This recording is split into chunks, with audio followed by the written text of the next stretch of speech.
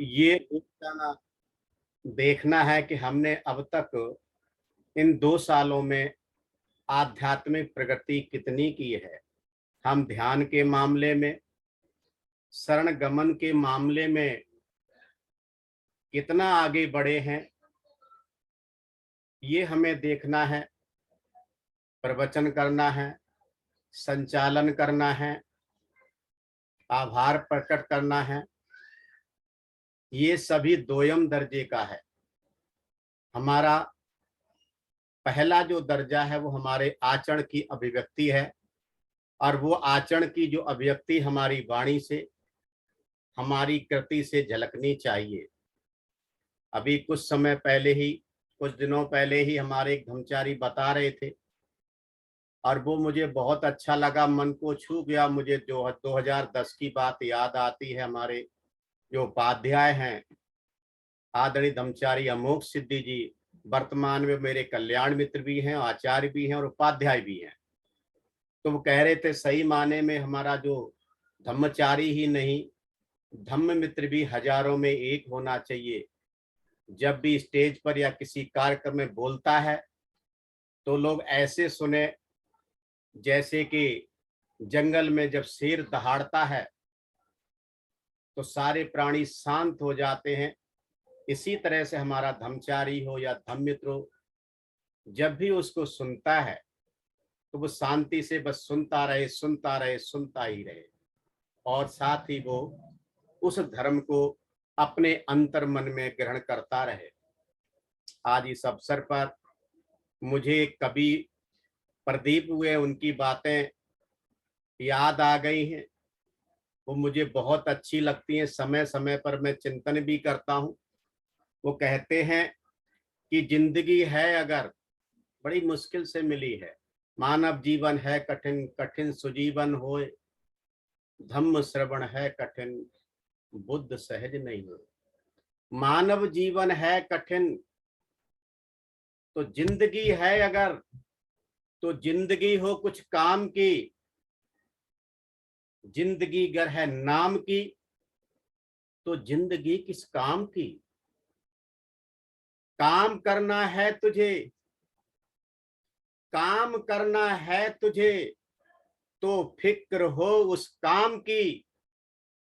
जिंदगी बेकार है नाम की और आराम की।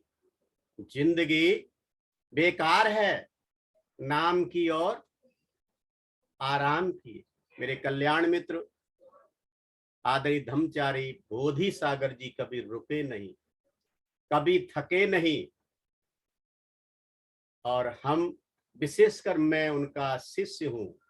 ये जो मुझे बोधि प्रकाश नाम मिला है, ये उन्हीं की वजह से मिला है। तो हमें आचरण के मामले में नंबर 1 पर पहुंचने का प्रयास करना चाहिए। प्रवचन तो अलग चीज है। जिंदगी हमारी नाम की ना हो, कुछ काम की भी होनी चाहिए। और मैं तो खुलेआम कह रहा हूं, हम कितने अच्छे हैं, कितने आचरणशील हैं, कितने ध्यान साधना करने वाले हैं, ये तो हमारे संपर्क में जो रहने वाले लोग हैं वही उसका सही में आकलन कर पाएंगे। सही में हम अपना आकलन कई बार सही नहीं कर पाते हैं, लेकिन हमने औरों के बारे में ज्यादा नहीं सोचना है। सिर्फ आचरण करना है, अच्छा आचरण करना है, सद आचरण करना है, सीलों का पालन करना है। काया के सील क्या है, वाणी के सील क्या है, मन के सील क्या है, बार बार हमें इसका चिंतन करना है। और जो आज का विषय जो रहता है कायानुसति, इसके बारे में न जाने कितनी कथाएं बताई गई हैं। हमें उन कथाओं का आनंद तो लेना भी है, साथ ही साथ कायानुसति का ध्यान भी अच्छी तरीके से गहराई से करना है। ये जो कायानुसति है, सती पट्ठान का पहला अंग है, जिसके हकीकत में 4 अंग हैं। कायानुसति, वेदनानुसति, चित्तानुसति और धम्मानुसति। जब काया के शीलों में कोई प्रतिष्ठित होता है तो फिर वो साथ वेदनाओं का भी अनुभव करता है, और जब शांति का श्राव करता है, वेदनाओं का अनुभव करता है, तो फिर उसके चित्त में क्या क्या वर्तमान में चल रहा है उसका भी वो अनुभव करता है। और जो वेदनाएं हैं जो 3 तरह की होती हैं, दुख देने वाली, सुख देने वाली और तटस्थता के भाव वाली, तो फिर जब अंतिम जो पड़ाव आता है वो होता है धम्मानुसति। सही में तभी वह धम्म का श्राव अच्छी तरीके से कर सकता है। धम्म क्या है, अधर्म क्या है, सदधर्म क्या है, वो समझ में आता है। मुझे जो है तथागत सम्यक संबुद्ध की बात याद आ रही, जब वो सती पट्ठान में अपने भिक्षुओं को बताते होंगे, जो हमने मात्र पढ़ा है या सुना है।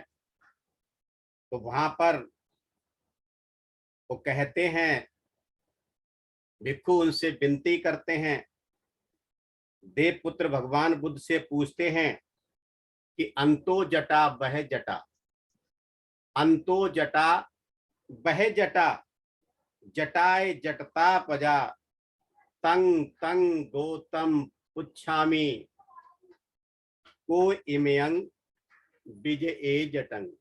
अर्थात बाहर भी जंजाल है, अंदर भी जंजाल है, पूरा का पूरा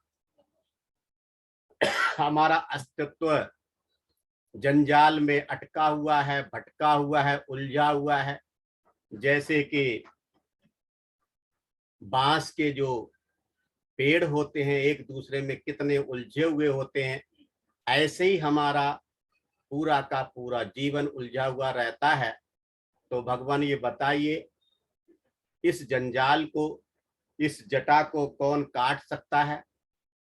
तो मैं पूरी कथा नहीं बताने वाला हूं। अंत में जो भगवान बुद्ध उनको जवाब देते हैं, वो कहते हैं कि सीले पतिठाए नरो सपइयो, सीले पतिठाए नरो सपइयो, चित्तम पय्यच्च भावनं, आतापि निपको भिक्खु सो इमयंग विजये जटंग। अर्थात जो प्रज्ञावान हैं, वीरवान हैं, पंडित हैं, अर्थात संसार में भय ही भय देखने वाले हैं, जो संसार में आनंद लेने वाले हैं वो नहीं, संसार में भय ही भय है, दुख ही दुख है, इसको जो देखने वाले हैं, भिक्षु हैं, कुशल साधक हैं, वह शील पर प्रतिष्ठित हो, समाधि और प्रज्ञा की भावना करते हुए इस जंजाल को काट सकते हैं। इस संसार में जो दुख है, जो 3 तरह का दुख बताया है भगवान बुद्ध ने, और बहुत से हमारे बीच में भाई बहन है, उन्होंने पढ़ा होगा, अष्टांगिक मार्ग में साफ दिया हुआ है।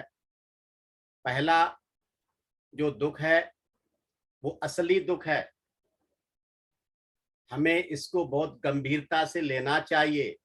कल ही मैं आज ही मैं अपने टीवी पर सुन रहा था धम्मचारी नागरत्न को। तो तीसरे दिन का जो शिविर हमारा चल रहा था, वहां कह रहे थे, जाति पर दुखा, जरा भी दुखा, व्याधि भी दुखा, मरणम च दुखा। यानी कि ये जो जन्म है ये दुखदाई है, बुढ़ापा आना दुखदाई है, बीमार होना दुखदाई है, और मरण भी दुखदाई है। जो दुख है जो 3 प्रकार का हमारे मुख्यतः जीवन में होता है। पहला होता है असली दुख। असली दुख कैसा होता है? अभी हमारा 3 दिन से दांत में दर्द हो रहा है, ये असली दर्द है। टांग का दर्द, एक्सीडेंट हुआ है, घुटनों में दर्द है, असली दुख है। और हमने सुना है इस पर भी लोग कमेंट करते हैं, प्रतिक्रिया देते हैं। उनके लिए मैं साधुवाद करता हूं कि सब कुछ कर्मों का फल है। यत्ने करते ना सिद्धंति कोत्रा दोषा। यत्न करने के बाद में भी अगर सफलता मिलती नहीं है तो दोष किसका है? कोई आदमी रोड के किनारे चल रहा है, बचने का प्रयास करता है और फिर भी कोई गाड़ी उसको ठोक जाती है, हो सकता है उस गाड़ी का ब्रेक फेल हो गया हो, तो आप क्या कहेंगे? कर्मों का फल है क्या? ये असली दुख है। ये कभी भी किसी के साथ भी हो सकता है। आंख का दर्द, टांग का दर्द, कान का दर्द, सर का दर्द, पेट का दर्द, ये दुखदाई है। दूसरा होता है कि हम जो है सुखी होने का प्रयास करते रहते हैं, चीजों को इकट्ठा करते रहते हैं, लेकिन फिर भी हमारी एक दिन आसक्ति वहां से कम हो जाती है या खत्म हो जाती है। जैसे कि मार्केट में आया हुआ कोई नया मोबाइल है तो फिर पुराना मोबाइल अच्छा नहीं लगता है, जाने का भी दुख होता है। और नया मोबाइल अगर नहीं खरीद पाते तो भी दुख होता है, अगर खरीद लिए तो भी कुछ समय बाद वो भी पुराना हो जाता है। यानी हम अपने सुख के लिए चीजों को इकट्ठा करते रहते हैं, लेकिन फिर भी उनसे हमें सुख सही में मिलता नहीं है। अंतिम तय अल्टीमेट दुख ही मिलता है। और जो तीसरा जो दुख है, असमाधानी दुख है। हमारे आसपास, हमारे जीवन में बहुत सारी ऐसी घटनाएं होती रहती हैं जिनका समाधान हमारे पास नहीं होता है, और ये असमाधानी का दुख है। तो हमें इस बात का ध्यान रखना चाहिए। तो पिछले हफ्ते हमने बताया था सौमनस्य, दौर्मनस्य और निष्कामता। ये जो षडायतन है, इनके 6 अंग हमने बताए थे, और ये 6 अंग 36 होते जा करके। उनके बारे में मैं आज बताने का प्रयास नहीं करूंगा, क्योंकि वो हम पहले बता चुके हैं। हमने जो पिछले हफ्ते बताया था, आज हम उसको बताने का ही प्रयास करेंगे। अगला जो अंग है वो 3 स्मृति प्रस्थान है। अभी 4 स्मृति प्रस्थान के बाद में सती पट्ठान, या स्मृति कह लो या सती पट्ठान कह लो, तो 4 बताए थे, कायानुसति, वेदनानुसति, चित्तानुसति और धम्मानुसति। आज मैं 3 स्मृति प्रस्थान बताने का प्रयास करता हूं। अगर हमने इसमें प्रस्थान किया, अगर इनको हमने इकट्ठा किया, अगर हमने इनका विकास किया, अगर हम इसके बारे में, इनके अंदर हम प्रतिष्ठित अगर हो गए, तो सही में हम आर्यजन जो सोतापन, सक्करतागामी, अनागामी, अरहत बन सकते हैं। भगवान बुद्ध को भिक्षुओं ने पूछा कि ये जो 3 स्मृति प्रस्थान के बारे में हमने सुना है, ये सब क्या है? तो भगवान बुद्ध उन भिक्षुओं को कहते हैं जिन्हें आर्यजन, इसमें श्रोतापन, सक्करतागामी, अनागामी और अरहत प्रतिष्ठित रहते हैं, उनका सेवन करते हैं, आर्य शास्त्रागण का अनुशासन कर सकते हैं। तो यहाँ पर जो आर्यजन है, जिसमें श्रोतापन, सक्करतागामी, अनागामी और जो अरहत हैं, वो कौन कौन होते हैं? पहला जो है श्रोतापन। श्रोतापन कौन होता है? जिसके 3 बंधन टूट जाते हैं। कौन कौन से 3 बंधन? सत्काय दृष्टि, यानी आत्मा परमात्मा में विश्वास नहीं करना। दूसरा है विचिकित्सा। कल आपने सुना था, आदरणीय धम्मचारी विमल सिद्धि जी ने बताया था, लोग जो है बुद्ध के प्रति, बुद्ध के धम्म के प्रति शंका कुशंका करते ही रहते हैं। तो कुशल के विषय में जो शंकालु होते हैं, ये विचिकित्सा है। और तीसरा है शील व्रत परामर्श, अर्थात कर्म कांड, व्रत है, तपस्या है, दिखावा है, अब मैं यहाँ पे एक चीज और जोड़ना चाहता हूं, जो हमारे बीच में अधिकतर धम्म मित्र धम्मचारी हैं। धम्म मित्र बनने के बाद भी अगर हम इधर उधर ताक झांक करते हैं तो ये भी बंधन शील व्रत परामर्श में आता है। भंते जी बिल्कुल सटीक टिप्पणी करते हैं, डोंट सीक अबाउट। इधर उधर ताक झांक करना बंद कर दीजिए। क्यों कर दीजिए? कि आप जब धम्म मित्र बनने के लिए आपने जब आवेदन किया था तो आपने 3 बातें लिखी थी। पहली बात, मैं बौद्ध हूं, कोई शंका नहीं है। दूसरा, मैं पंचशीलों का पालन करता हूं या प्रयास करता हूं। तीसरा, त्रिरत्न बौद्ध महासंघ पर मेरा भरोसा है और मेरा यहाँ आध्यात्मिक विकास हो सकता है। ये आपने लिख करके दिया है कि यहाँ मुझे भरोसा है। इसके बाद में भी अगर आप अन्य संस्थाओं में अगर जा रहे हैं, अन्य कार्यक्रमों में पार्टिसिपेट करते हैं, जिम्मेदारी लेते हैं, तो इसका मतलब आप तीसरी प्रतिज्ञा पर खरा नहीं उतरते हैं, आप शील व्रत परामर्श में फंसे हुए हैं। अगर ये 3 बंधन टूट गए तो फिर आप जो है श्रोतापन अवस्था में पहुंच सकते हैं। और इसके लिए हमें प्रयास भी करना है। केवल पढ़ने से, प्रवचन करने से काम चलने वाला नहीं है। अगर हमने ये 3 बंधन तोड़ दिए और 2 ढीले और कर दिए तो क्या होगा? हमें इसके बारे में और ज्यादा आगे बढ़ना है। श्रोतापन की अवस्था प्राप्त करने के बाद आगे बढ़ने का प्रयास करना है, वो है सकृदागामी। सकृदागामी में क्या होता है? 2 बंधन हमारे जो और हैं वो भी ढीले पड़ जाते हैं। कौन कौन से? कामराग और व्यापाद, है ना?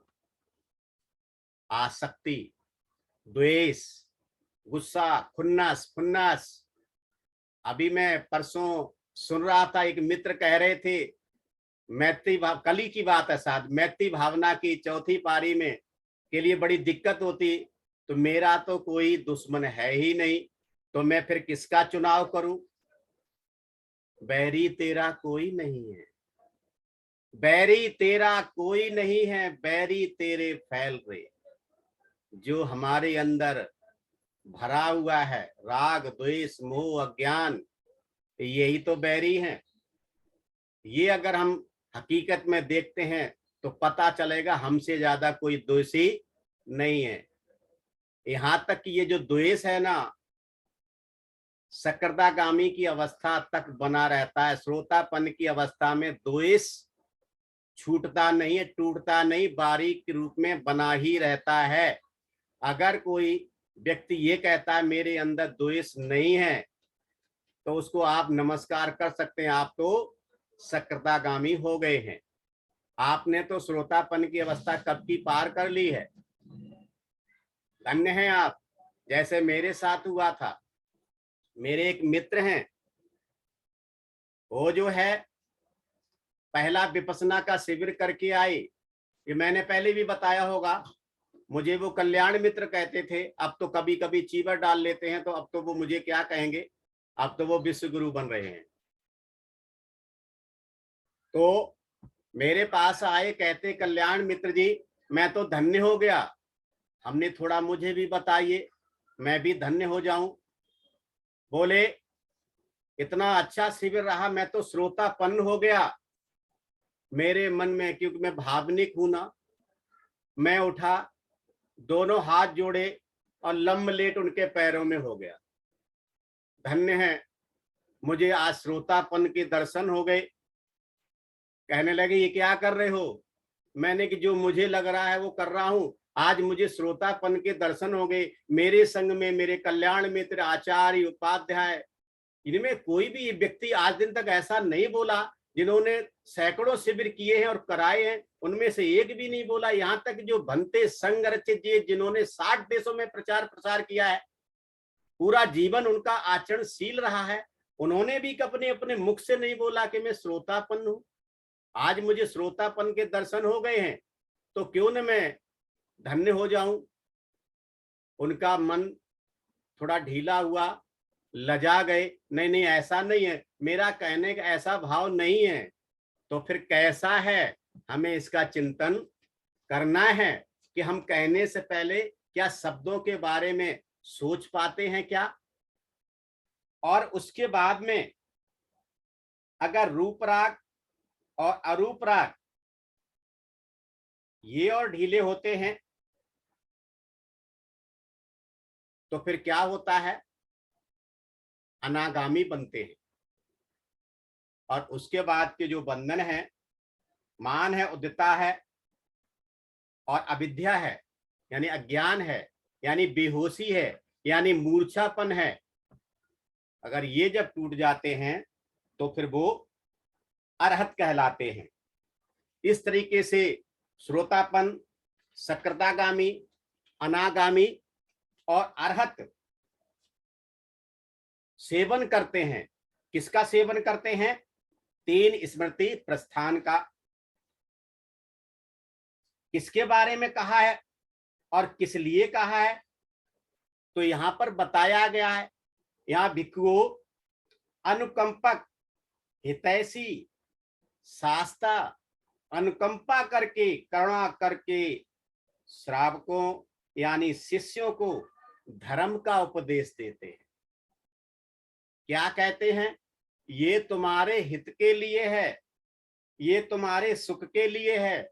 आपने सुना होगा जब भगवान बुद्ध ने संघ बनाया तो उसकी बार भेजा चारों तरफ, तो कहते थे चरत विक्की विचारकम बहुजन हिताय, बहुजन सुखाय, लोकानुकंपाय, अत्थाय हिताय, आदि कल्याणम, मध्य कल्याणम, परिवसान कल्याणम, देशेत विक्वे। क्या कहा था? विको देश ना करो, ये सुकर है, ये मंगलदायक है, ये कल्याणकारी है, ये शुरुआत में भी कल्याण करने वाला है, मध्य में भी कल्याण करने वाला है और अंत में भी कल्याण करने वाला है। ये तुम्हारे सुख के लिए है। उसे श्रावक सुनना नहीं चाहते। पहला क्या है स्मृति प्रस्थान? भगवान बुद्ध समझा रहे तुम्हारे सुख के लिए, कल्याण के लिए है, फिर भी श्रावक यानी शिष्य मेरे जैसे सुनना नहीं चाहते हैं। उनका चित्त कहीं और लगा होता है, कहीं और रमण कर रहा होता है। उनका चित्त शास्त्रा की बातों की तरफ, उनकी देशना की तरफ नहीं होता है। शास्त्रा के शासन को अतिक्रमण कर बरते हैं, अर्थात उनकी बातों को वो अनसुना कर देते हैं। तो वहां भिक्षु तथागत असंतुष्ट नहीं होते हैं, ना ही वह संतोष को अनुभव करते हैं, ना ही असंतोष को अनुभव करते हैं। स्मृति संप्रजन के साथ अनासक्त हो विचरते हैं, विहार करते हैं।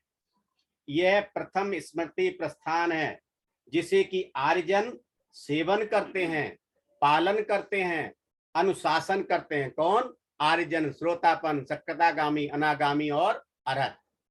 दूसरा स्मृति प्रस्थान क्या है?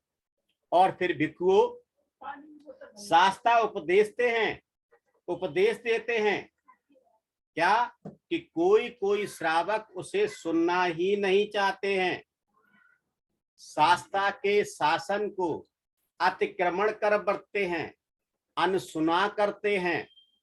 कोई कोई श्रावक उसे सुनना चाहते हैं, कोई कोई नहीं सुनना चाहते, कोई कोई सुनना चाहते हैं। शास्त्रा के शासन को अतिक्रमण नहीं करते हैं, इसका अनुपालन करते हैं।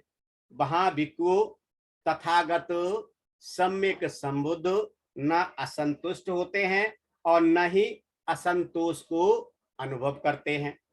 उन दोनों संतोष और असंतोष को छोड़ करके तथागत उपेक्षा भावना में उपेक्षक हो स्मृति संप्रजन्य के साथ विहार करते हैं। देखो, यह दूसरा स्मृति संप्रजन्य कहा जाता है, जिसे आर्यजन सेवन करते हैं, अनुशासन करते हैं। और आगे भगवान बुद्ध क्या कहते हैं कि तीसरा जो स्मृति प्रस्थान है वो क्या है, और फिर शास्त्र उपदेशते हैं। जो भी भगवान बुद्ध बताते हैं, उनके श्रावक उसे अच्छी तरह से सुनते हैं, उसे अच्छी तरह से सुनते हैं, सुनना चाहते हैं, शास्त्र के शासन को अतिक्रमण नहीं करते हैं, अनसुना नहीं करते हैं। वहां तथागत संतुष्ट होते हैं, संतोष का अनुभव करते हैं, स्मृति सांप्रजन के साथ अनासक्त हो विहरते हैं, विचरण करते हैं। चलो, कुछ तो समझ में आ रहा है, कुछ लोग तो समझ रहे हैं।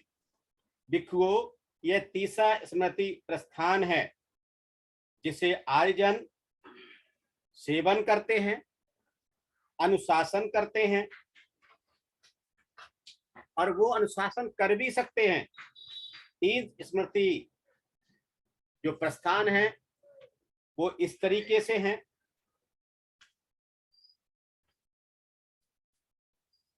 तीन स्मृति प्रस्थान के बारे में तथागत सम्यक संबुद्ध ने जो बताया है वो इस तरीके से है। हमें इसी तरीके से इसको समझना है। तो आज मैं यहीं पर रुकना चाहूंगा, क्यों इसके साथ में अगला जो चरण है वो जो है इससे अटैच है। वो 4 जो रूप ध्यान है और 4 अरूप ध्यान है, इसके बारे में मैं अभी नहीं बताना चाहता हूं, क्योंकि फिर समय कम पड़ जाता ध्यान के लिए। इसके बारे में मैं अगली बार बताने का प्रयास करूंगा। आप सभी ने मुझे अच्छी तरह से आज ध्यान से सुन लिया है, तो मैं आप सभी का बहुत बहुत धन्यवाद करता हूं। जाते जाते मैं एक बात और बताना चाहूंगा, ये जो श्रोतापन की अवस्था होती है उसमें होता क्या है, हम कैसे जान पाएंगे कि ये जो श्रोतापन की अवस्था है उसमें क्या क्या होता है।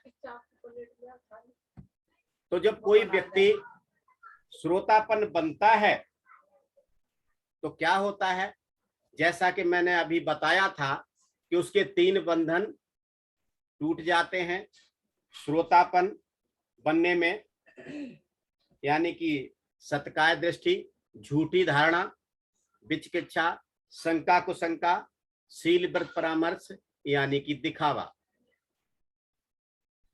यहां पर जो है दूसरी बात यह है, उसे बोधि चित्त की प्राप्ति होती है। अब बोधि चित्त की प्राप्ति क्या है, इसके लिए थोड़ा और आगे प्रयास करना है, जीएफआर में जाना है, उसके बाद में इसका भी ध्यान कराया जाता है, इसके बारे में और गहराई से बताया जाता है। हमारी सीमाएं हैं, इसलिए अभी हम उसके बारे में नहीं बता सकते हैं। तीसरी बात यह है, 4 जो निम्न लोक हैं, ये भवचक्र में जो 6 लोक हैं, इसके बारे में अच्छी तरह से कई बार बताया है आदरणीय धर्मचारी नागरतन जी ने। आप उसको देख सकते हैं, समझ सकते हैं। चौथा है, वो वापस नहीं आएगा, इस भव चक्र में वो वापस नहीं आएगा। और जो 5वीं बात है वो बहुत ही अहम है, वो ये है कि वो व्यक्ति स्वयं जिम्मेदार बनता है अपनी कृति का। वो चाहे कुशल हो या अकुशल हो, वो अपनी कृति का स्वयं जिम्मेदार बनता है। तो ये जो 5 बातें हैं श्रोतापन बनने में घटती हैं। पहली बात, 3 बंधन टूटते हैं, वो है बोधि चित्त की निर्मिति होती है वहां। 4 निम्न लोकों में जन्म नहीं लेना होता है, वापिस नहीं आता है, और स्वयं जिम्मेदार बनता है। व्यक्ति के बहुत सारे गुण हैं, जिनमें से एक गुण है जिम्मेदार, तो जिम्मेदार बनता है। तो मैं आज अपनी बात को यहीं समाप्त करता हूं। आप सभी ने मुझे सुन लिया, तो मैं आप सभी का बहुत बहुत साधुवाद करता हूं, धन्यवाद करता हूं, पुण्यानुमोदन करता हूं। दिल्ली केंद्र ने मुझे मौका दिया, विशेषकर दम मित्र किशोरी लाल ने मुझे मौका दिया है, तो मैं आप सभी का बहुत बहुत साधुवाद करता हूं। मैं यहीं रुकता हूं। सभी को फिर से मेरा मैत्रीपूर्ण जय भीम, नमो बुद्धाय।